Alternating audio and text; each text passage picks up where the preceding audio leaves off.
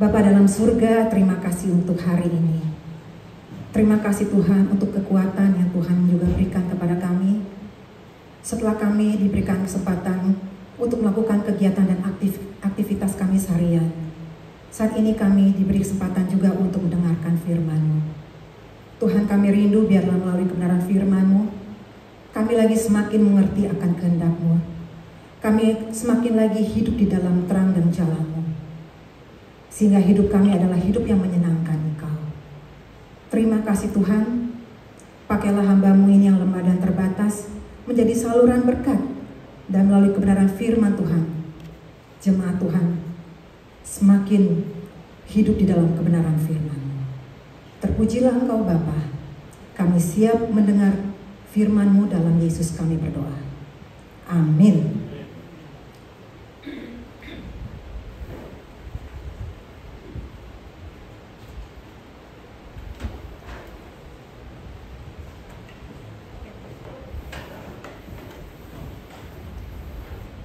Shalom, Happy Friday.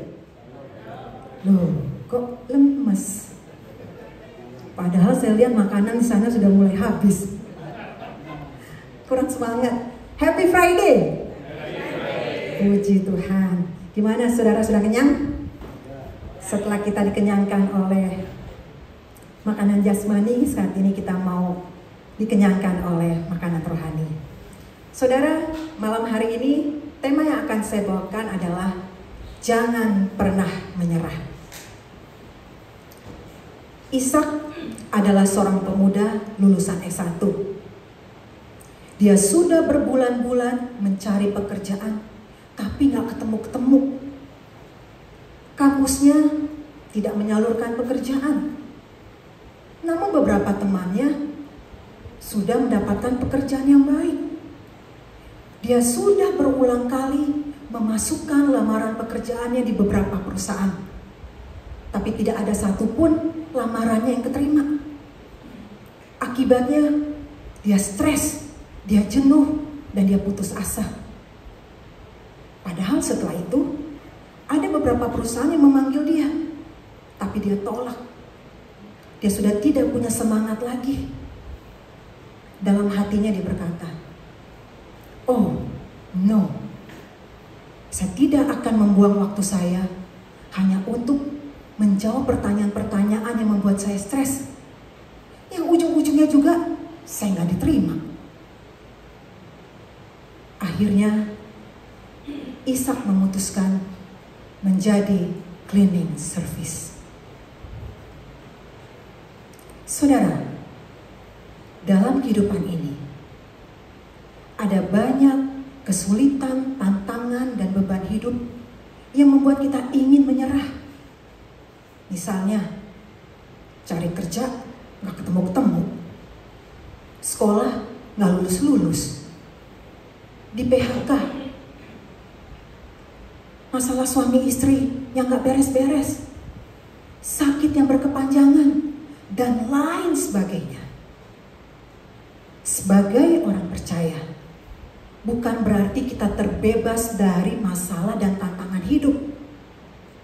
Tapi justru melalui masalah dan tantangan hidup, Tuhan mau membawa kita untuk naik kelas. Jika hari ini saudara berpikir untuk menyerah, entah karena masalah apa, saya tidak tahu. Firman Tuhan mengatakan, jangan lakukan, jangan menyerah, jangan pernah menyerah. Itu bukan orang Kristen yang sejati. Karena orang Kristen yang sejati pantang menyerah. Kenapa? Malam hari ini kita mau belajar 3 kebenaran firman Tuhan. Pertama, karena Tuhan menyertai kita, yang terambil dari Yosua 1 ayat yang ke-9. Kita baca bersama-sama.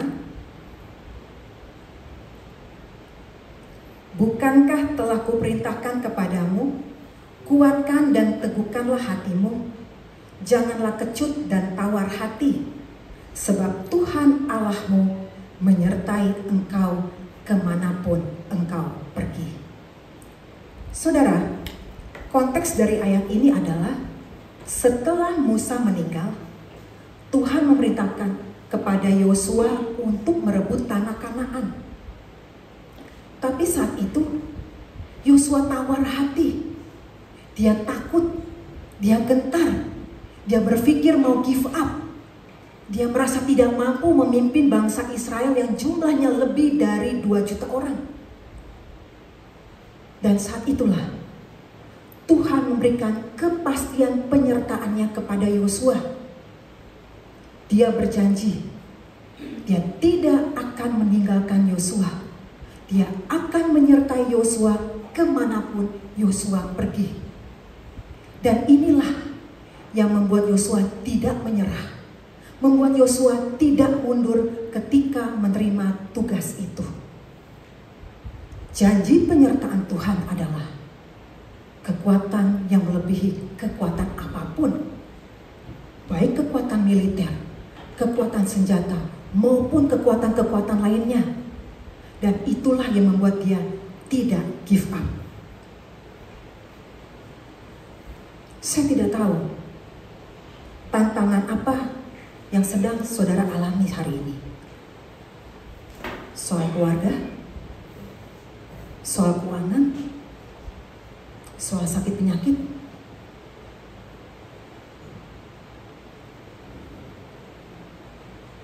Tapi saya tahu dan yang pasti,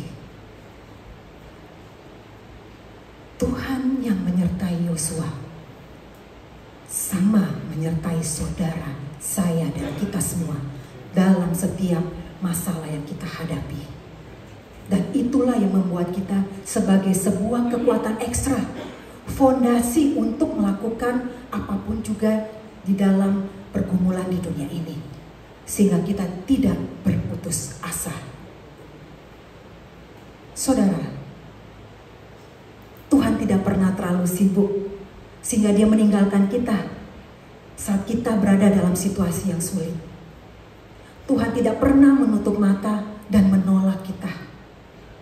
Dia adalah Tuhan yang selalu memberikan kekuatan kepada kita untuk menanggung segala perkara.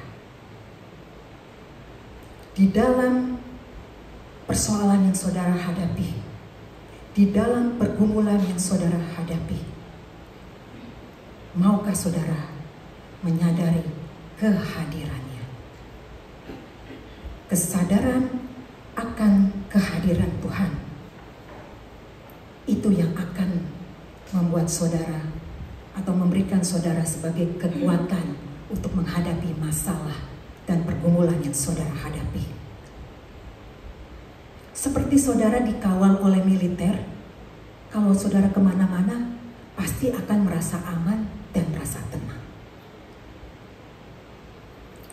Ada seorang remaja dan ayahnya tersesat di hutan. Dan untuk keluar dari hutan itu, mereka harus menyeberangi sebuah sungai. Sedangkan sungai itu memiliki arus yang sangat deras. Dan di tengah-tengah sungai itu ada sebuah balok kayu yang bisa dipakai untuk tempat penyeberangan. Tapi balok kayu itu hanya bisa dilewati oleh satu orang.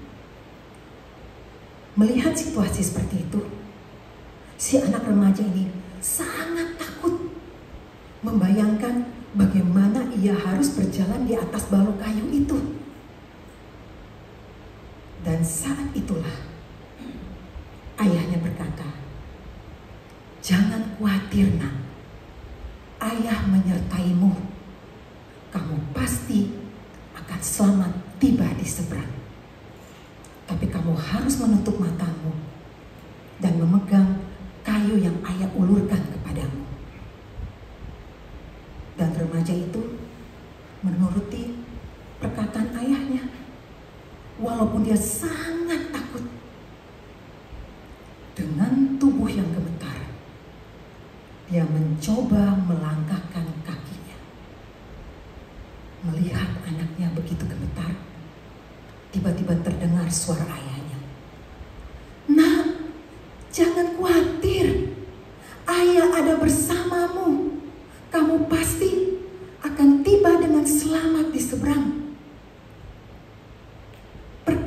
Ayahnya itulah saudara yang meyakinkan dan menguatkan anak itu sehingga ia dapat melangkahkan kakinya setapak demi setapak di atas batu, di atas kayu itu. Dan akhirnya dia tiba dengan selamat di seberang. Saudara, seringkali dalam ketakutan kita sulit untuk taat akan perintah Tuhan. Padahal justru dari perintah Tuhan itulah kita dikuatkan.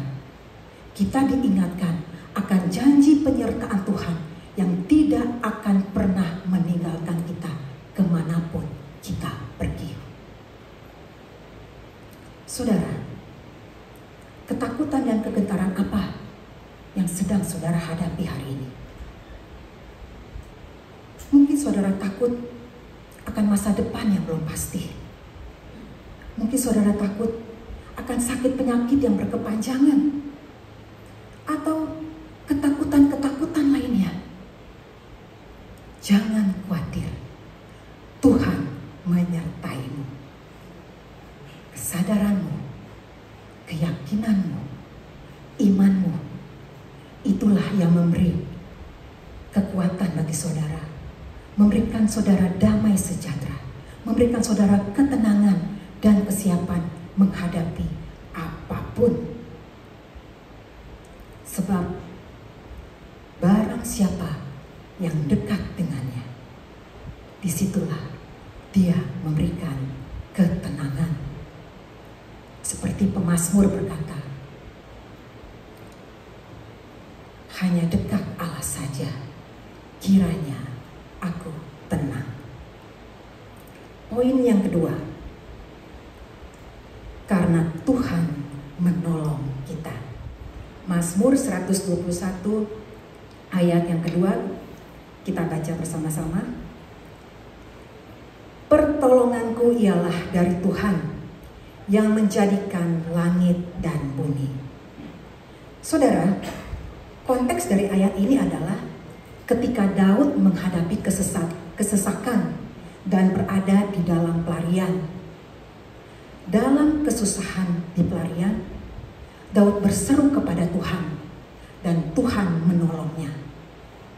Hal ini membuat Daud tidak berputus asa, tetapi dia tetap memiliki pengharapan yang kuat.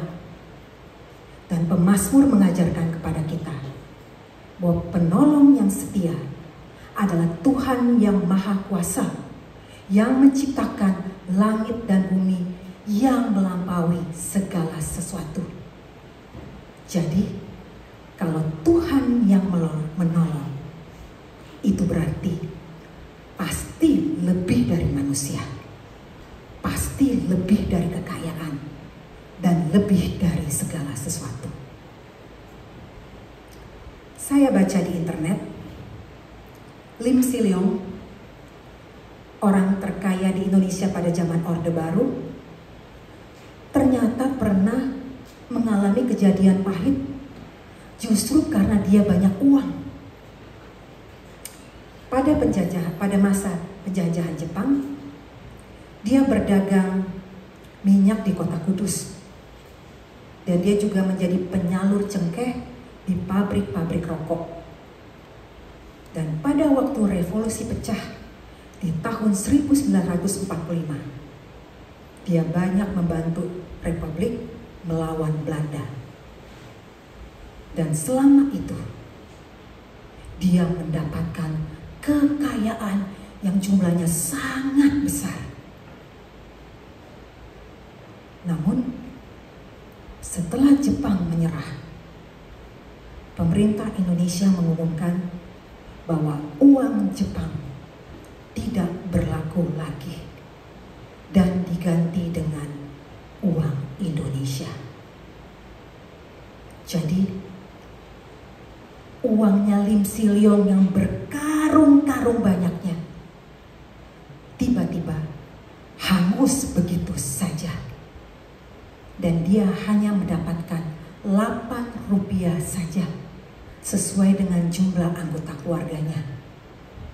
Karena pada masa itu pemerintah hanya memberikan 1 rupiah kepada masing-masing warga negara. Berdasarkan peristiwa tadi, saudara, kita belajar bahwa apa yang diandalkan oleh orang-orang dunia itu rapuh. Misalnya uang, kekayaan, jabatan, nama baik, kecantikan, dan lain sebagainya. Karena hal itu di luar kontrol manusia. Karena itu, saudara, tetaplah berharap pada Tuhan Sang Pencipta.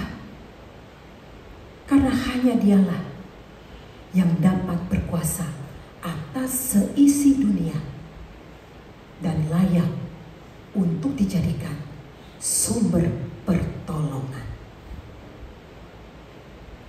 Mungkin kondisi hidup saudara bisa jadi seperti Daud.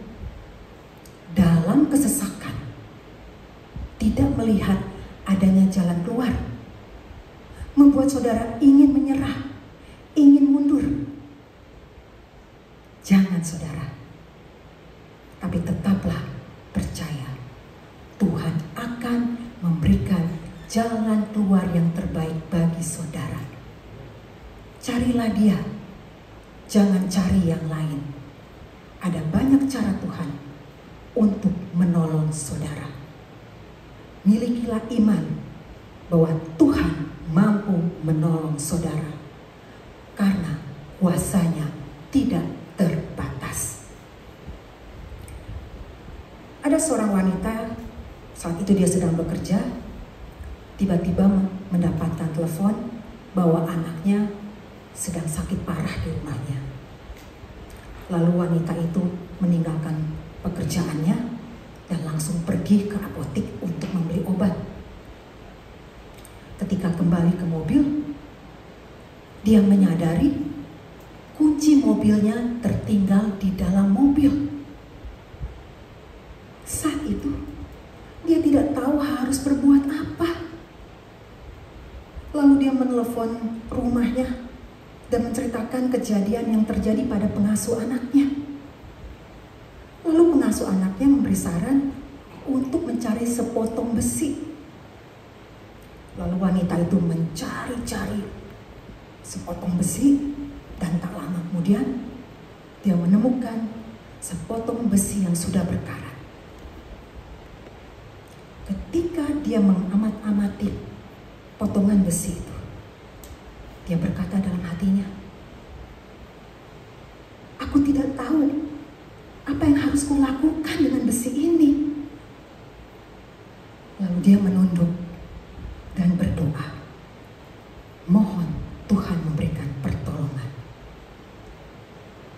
Hanya dalam 5 menit, tiba-tiba ada sebuah mobil yang sudah rongsok tua, yang dikendarai oleh seorang pria yang berjanggut, dekil, kotor, memakai kaos yang bergambar tengkorak, berhenti mendekati wanita itu.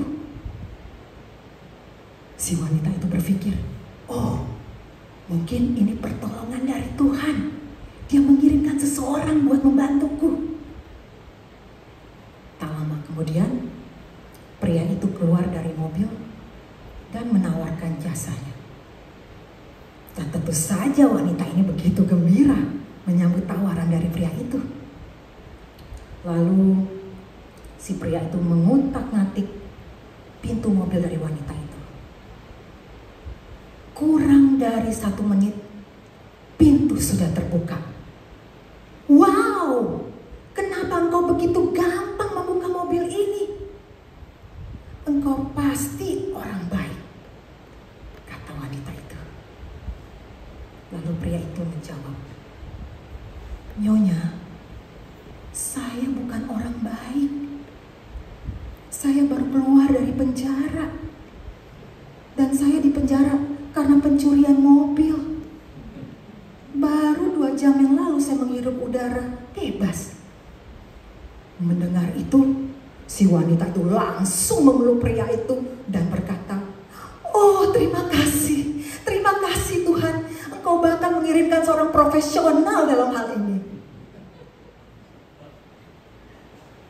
Saudara, ini hanya salah satu contoh bahwa Tuhan bisa bekerja melampaui pikiran kita, melampaui apa yang kita rasakan, melampaui apa yang kita alami. Jadi jangan sok atur Tuhan, tapi tetap menantikan Tuhan dengan iman. Mungkin sampai hari ini saudara belum melihat pertolongan dari Tuhan. Kepada siapa saudara berseru? Tetaplah berseru kepada Tuhan, karena Dia tidak pernah terlambat menolong saudara. Pertolongan Tuhan datangnya tepat untuk saudara. Tetaplah menantikan pertolongan Tuhan, karena orang yang menantikan pertolongan Tuhan pasti akan diberikan jalan keluar yang terbaik. Sebab itu saudara, dalam menghadapi persoalan apapun, dalam menghadapi kesulitan apapun, tetaplah maju, jangan menyerah. Hadapi bersama dengan Tuhan. Tuhan pasti memberikan kemenangan yang pasti, melampaui pikiran kita, perasaan kita, hikmat kita yang tidak pernah kita sangka, yang ajaib. Amin. Poin yang ketiga, karena Tuhan memberkati kita, yang terambil dari Ibrani 6 ayat yang ke-14. Ibrani 6 ayat yang ke-14. Tuhan berkata, "Sesungguhnya Aku akan memberkati engkau berlimpah-limpah dan akan membuat engkau sangat banyak." Saudara, konteks dari ayat ini adalah orang yang hampir putus harapan, dan diberi contoh Abraham yang tetap berharap pada janji Tuhan. Pengharapan ibarat sebuah sau kapal. Sau atau yang kita lebih kenal dengan sebutan jangkar berfungsi menahan kapal agar kapal tidak goyang atau agar kapal tetap bertahan terhadap gelombang maupun terhadap angin yang kencang. Demikian juga dengan Abraham. Imannya tidak goyah meskipun sudah berusia 100 tahun, masih menunggu janji Tuhan. Sedangkan Sarah, dia tertawa ketika malaikat bilang ke Sarah bahwa dia akan hamil tahun depan. Kita lihat saudara, Abraham yakin akan janji Tuhan, sedangkan Sarah meragukan janji Tuhan. Dan inilah contoh orang yang memiliki iman yang teguh.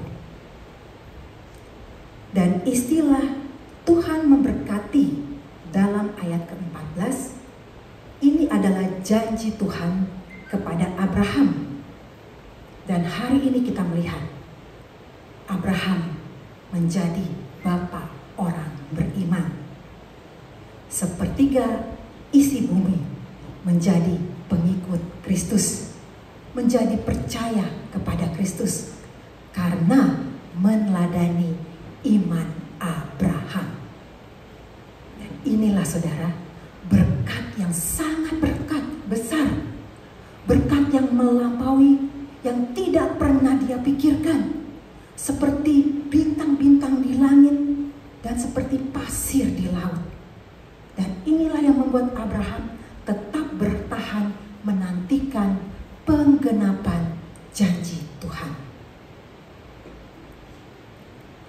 Yesus yang telah menyelamatkan kita, Dia berjanji bukan saja menyertai dan menolong kita, tapi Dia juga berjanji memberkati kita seperti Dia memberkati Abraham. Dia akan memberkati orang-orang yang beriman kepadanya. Saudara, pengharapan adalah kekuatan yang memampukan kita untuk terus dapat bertahan dalam segala situasi. Contohnya, kalau kita sakit, harapanlah yang membuat kita berjuang untuk sembuh. Ketika jiwa kita lemah, harapanlah yang memberi kita semangat. Harapan bukan saja seperti sau dalam hidup kita yang membuat kehidupan kita tidak goyah, tapi harapan juga adalah cahaya dalam hidup kita. Karena cahaya akan selalu membuat kita melihat ke depan. Dan saat itulah saudara akan melihat dan mengalami berkat Tuhan. Saudara, mari kita belajar seperti Abraham yang sabar menantikan penggenapan janji Tuhan. Mungkin kita tidak harus menunggu seperti Abraham, tapi saya tidak tahu berapa lama saudara harus menunggu. Mungkin gak sama Abraham. Tapi kalau Abraham pun diberkati sesuai iman dan harapannya, saudara pun pasti bisa. Pada suatu hari, ada seorang anak bertanya kepada ibunya, "Bu, apa sih artinya harapan?" Lalu si ibu menjawab, "Mirip-mirip wajah bapakmu kalau mau membeli lotre." Lalu anaknya bertanya lagi, "Lalu Bu, apa maksudnya kata kecewa?" Lalu ibunya menjawab, "Seperti wajah bapakmu kalau tidak menang lotre." Lalu si anaknya manggut-manggut. Lalu dia tanya lagi, "Bu, bagaimana mengerti makna kata tak ada harapan?" Lalu ibunya berpikir sejenak dan berkata, "Bagaikan wajah bapakmu yang tidak ibu beri uang dan dia tidak punya uang untuk membeli lotre." Saudara, ini adalah contoh orang yang harapannya dipengaruhi oleh situasi dan kondisi. Kalau situasi dan kondisinya sesuai dengan keinginannya, maka harapannya kuat. Harapannya tidak mudah menyerah.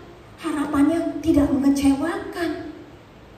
Tapi kalau situasi dan kondisinya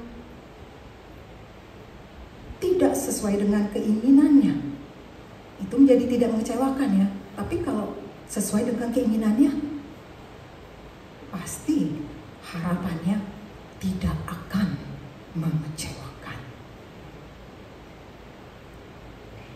Permisi tanya, jika situasi dan kondisi saudara hari ini tidak sesuai dengan apa yang saudara inginkan, begitu sulit, membuat saudara stres,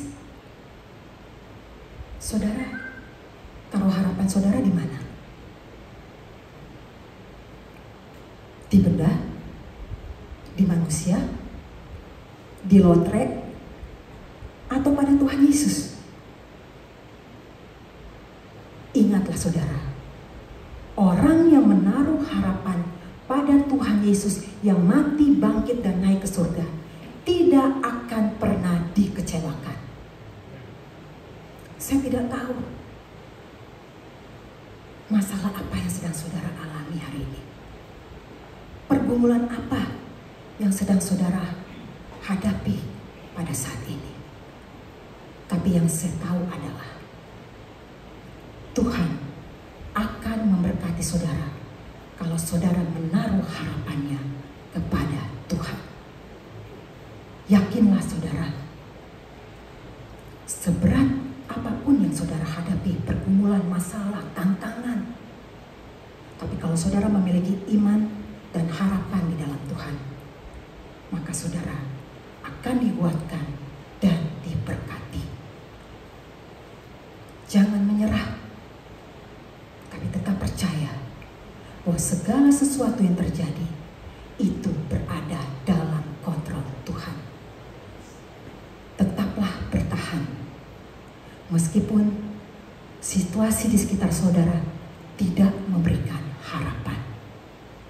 Sebab pengharapan di dalam Tuhan tidak pernah mengecewakan, tidak pernah sia-sia, dan tidak pernah hampa.